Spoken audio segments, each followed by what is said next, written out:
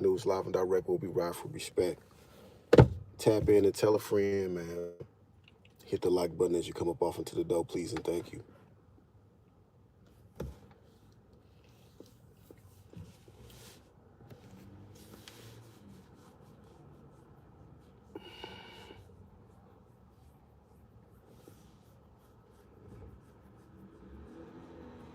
Got a couple of topics I want to address. For the record, check it. You already know. Been a minute since I've been on this thing, man. Salute to all the good people, all my supporters, all the people who come in and watch the lives and like and share the videos and all that good stuff, man. Salute, salute, salute, salute, salute. We're on the road to 1,000, man. It's absolutely free to hit the like button. Appreciate you. Been in the house all day, y'all. Been in the house all day. I had planned on going fishing since it's my day off. But man, time just got ahead of me, y'all. Time got ahead of me. I wasn't able to make it. But I'm probably going to say some things on here that a lot of people aren't going to agree with, but that's fine. When I first started my channel a year ago, I started off, my first video was about Brick Baby. It was called Brick Baby Don't Do It. I started, Black community can learn from the Hispanic community. And from there, I started doing other videos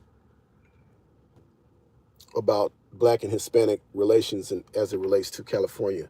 And those videos gained a lot of traction, and they were very controversial.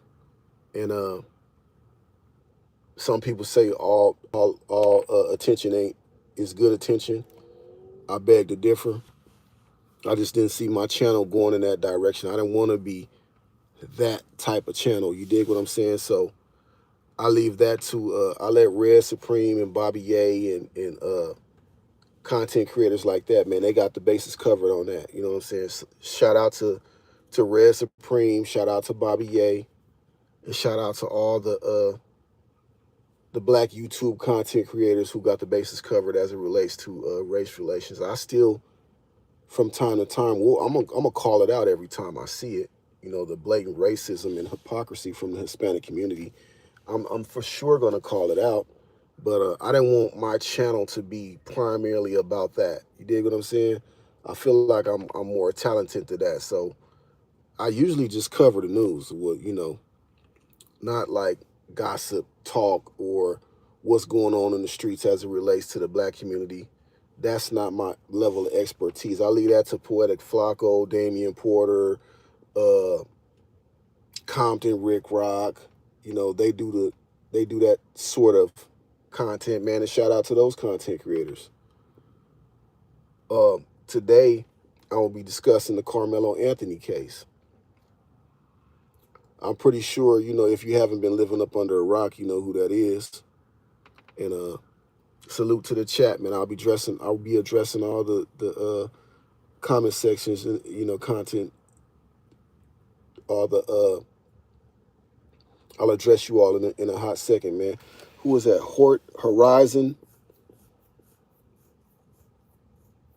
I should have brought my glasses out here because I can't even see your name. But salute to you. I'm a content creator. That's what's up. Hey, what's going on with you, family? What's going on?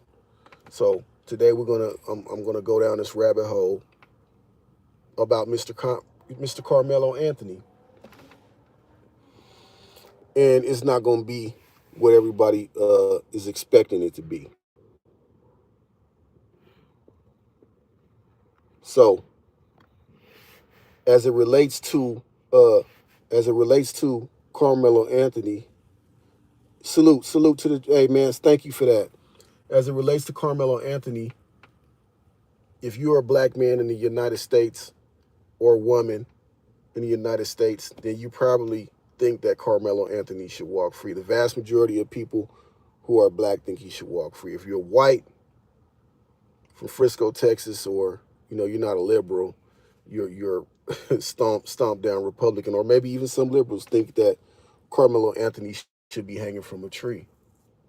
You know, you think that he should be doused with gasoline and you know, unalived in public. You're free to feel however you want to feel. I'm here to bring you the facts in the matter of the case. The facts in the matter of the case is that he brought a knife to a high school track meet. He asked Mr. Austin Metcalf not to touch him, and when Austin Metcalf touched him, he stabbed him in the chest with a knife and unalived him. You could take that for whatever you take it for. You dig? You could take that for whatever you're gonna take it for. Me personally, I feel like if you unalive somebody because they touched you, you deserve to be in. You don't deserve to be walking the streets with the free people. It wasn't self-defense, and this is just my humble opinion.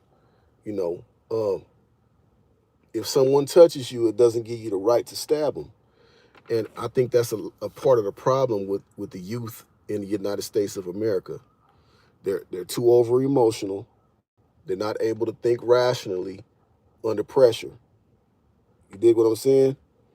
For every action, there's a reaction, but you can also overreact.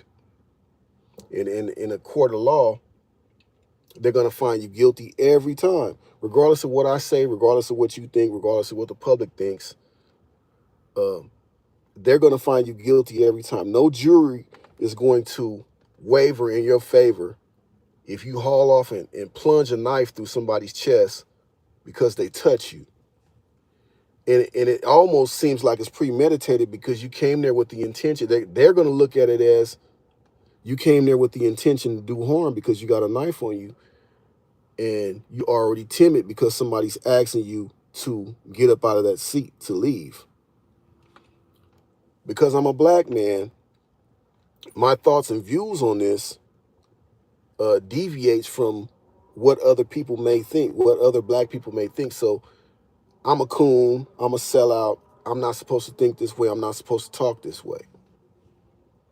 So if you are viewing this right now and you feel that way about my content, you don't deserve, we don't have anything in common. We probably shouldn't be, following each other. You probably shouldn't be watching this content. You probably should go to somebody else's page who's going to cater to your thoughts, your feelings, and your emotions. This is aside from whether or not he had a fair trial or not, right? When you put yourself in a predicament to not have a fair trial, you can't cry about not having a fair trial.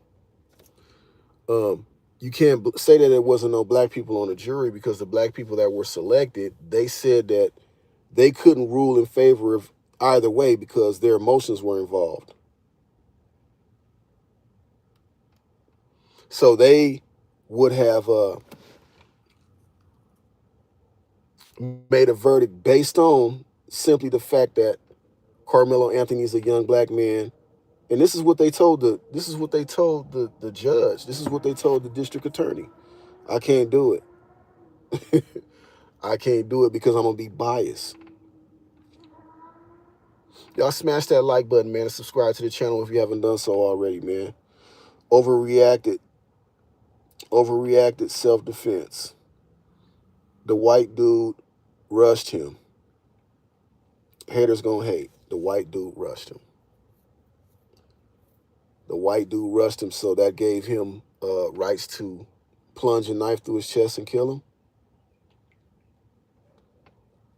If that was your son, how would you feel about that? If you woke your son up in the morning and you sent him to a track meet and you got the tragic news that somebody plunged a knife through his chest, how would you feel? Let's take it out of, let's set aside he's a black boy and he's a white boy. Let's throw that in the trash.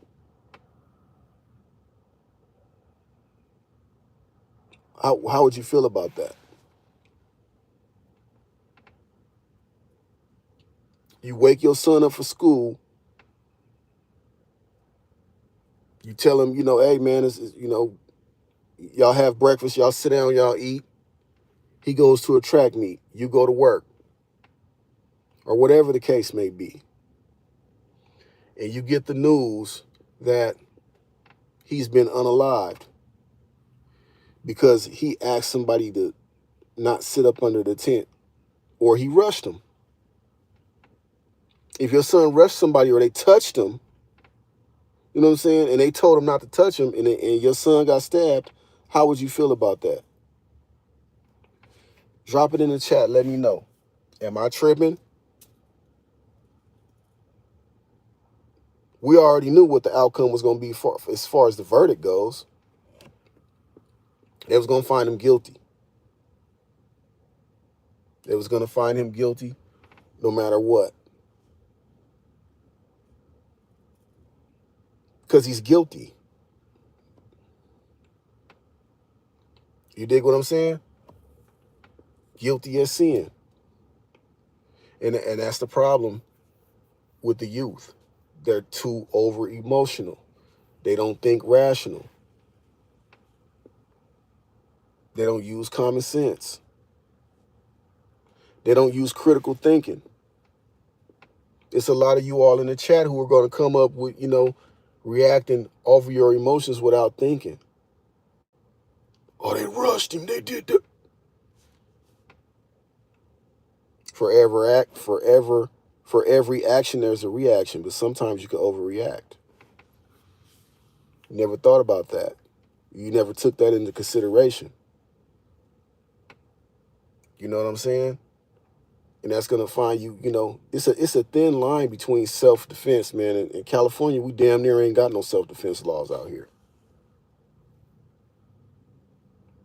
You damn near don't have the right to defend yourself in California.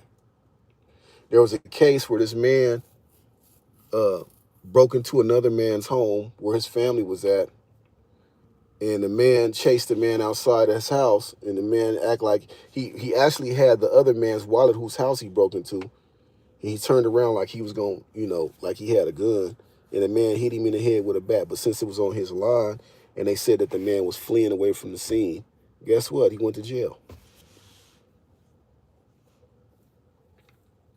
Somebody breaking your house, steal what you have in your house, you unalive them, you go to jail. It's a thin line between, that's the judicial system. But we got a lot of kids running around here over emotional with automatic weapons on them, unaliving people.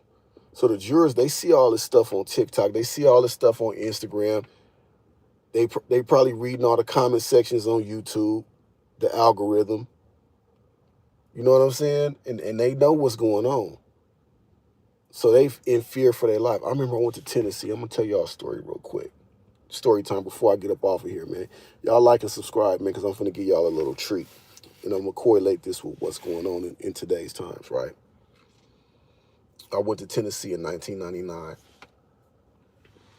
I followed my kid's mother out there, and she had her cousin Donisha had a husband named, his name was Monshu, and he come pick me up one day. He like, yeah, man, I got all these pit bulls and stuff, man. You want to come check out my pit bull farm? I got a pit bull farm. Pit bulls are outlawed in Tennessee at this particular time. It's against the law. You had to have a special registration for pit bulls in the state of Tennessee. Stay with me because I'm going somewhere with this. What's the deal? So we hop in the car. We go to, we go up these little mountains in this little cut over, in the cut off of Union City. If you're familiar with Tennessee, you know what's up with Union City. You feel me? So we go in the cut. We go up, follow up this little trail. We're looking at, I'm seeing all these pit bulls. This is about 70, 80 pit bulls. They had their little kennels. They had their, it was a nice little setup. This old elderly white man come up with a gun at the gate. Like, Mashu, what you doing over here, man? He's like, oh, I'm just showing my peoples the pit bull farm. The reason I'm telling y'all this story is because a pit bull is one of the most friendliest animals on the planet. I got a pit bull right now. I've had pit bulls all my life. None of them have ever turned on me, ever. I got a bully named Millie in my backyard right now. but they have this harsh and vicious reputation because of the owners, the people who owned them. Maybe they didn't treat them right. Maybe they were, you know, feeding them gunpowder and fighting them and doing things of that nature. You dig what I'm saying? But they got the bad rap and the bad reputation. So when people see us, when they see us and they see the way that we are portrayed in the media, the things that's going on online, that's the first perception that they have of us. You know, my daddy used to always tell me you never get a second chance to make a first impression, right? Like, if you go on a date with a girl, man, you got some mustard on your t-shirt, man, she gonna always remember you from having that mustard on your t. And we got this bad stench, this reputation of being this vicious and aggressive race of people. I've even been told that black people are inherently more violent than other people. That's not true. But when they portray us in the media as being violent, being evil, you know, just like the movie Minister Society, or what happened in Chicago on Juneteenth, it's going to correlate to black people. You dig what I'm saying? It's going to correlate, and it's going to be a stain on our name. I get into it with this man at work the other day. It was a minor confrontation. I thought that I was supposed to be going in a relief vehicle that he was driving, and I asked him about it, and he got belligerent and ignorant. I told him, hey, man, it's good, man. You have a good day, man. He went in the office and told on me, and he came back outside with the supervisor. When he come back outside with the supervisor asked us, you know, was everything good? Was everything straight? I told him, yeah, man, I don't have no problems with him. I don't have no intentions on any type of physical altercation. That's not my style at work. You know what I'm saying? Even outside of work, man, I'm not a confrontational person. But some people see me and they think that I'm looking menacing, or I look like I could hurt them. I don't want to hurt anybody. But anyway, long story long, he said he was aggressive. He was aggressive. He's telling the manager that I was aggressive. I was never aggressive. I never threatened him. I never raised my voice. I'm talking to him like I'm talking to you all now.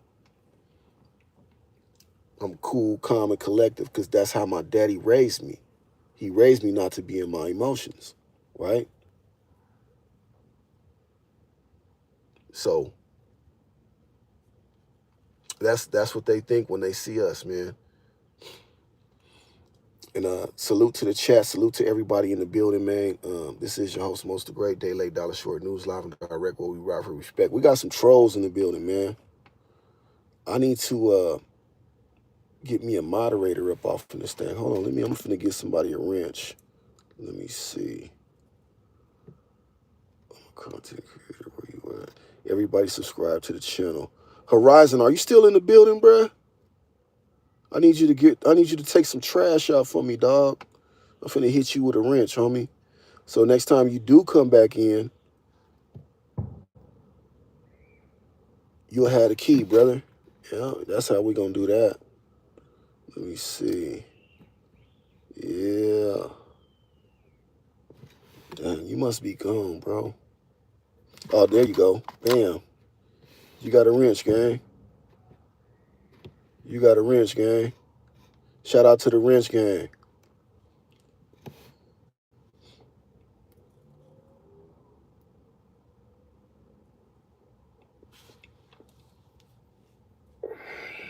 Let me get you up out of here. Get you up out of here, gang. Yeah. Peace out, man. Go make another fake page or make another email address, man. Up and down the court, straight fundamentalists. No funny business. Yep. Time for you to go too, brother. Peace out, man. Back to your mother's basement you go, sucker. Yeah, man, but hey, your boy about to get up off this thing, man. I just thought I'd address a couple of issues and tell y'all a couple of stories about my life. You know, I always share a piece of my life with y'all when I come on this live, man. You know what I'm saying? I enjoy the people who enjoy coming up off in here, hitting that like button, subscribing to the channel, man, and letting me vent, letting me get this stuff off my chest, man. I appreciate y'all. For the trolls, man, I appreciate y'all too. I appreciate the trolls, man, coming in here, getting blocked, and sending y'all back to y'all mama's basement with Cheeto dust on your fingers, with that 24 ounce of petroleum jelly next to your computer, you know, watching Cornhub and all that, man. That's who you are. That's the people that troll. We know who you are, man. We know who you are. You're somewhere in the rural Midwest in somebody's fucking tornado basement typing away, you know, with pepperonis on your face. Shout out to y'all, man. You know what I'm saying? If it wasn't for y'all, it wouldn't be no me. Did I give my boy a wrench, man? Because it don't look like you got no wrench. Hold on. Let me see. No, that's haters gonna hate. Content creator. He must have left. But if he come back up off in here, he has a wrench, man. And salute to y'all, man. I hope y'all have a beautiful and blessed night, man. I'm about to get up off this thing, man. Most a great day late. We out.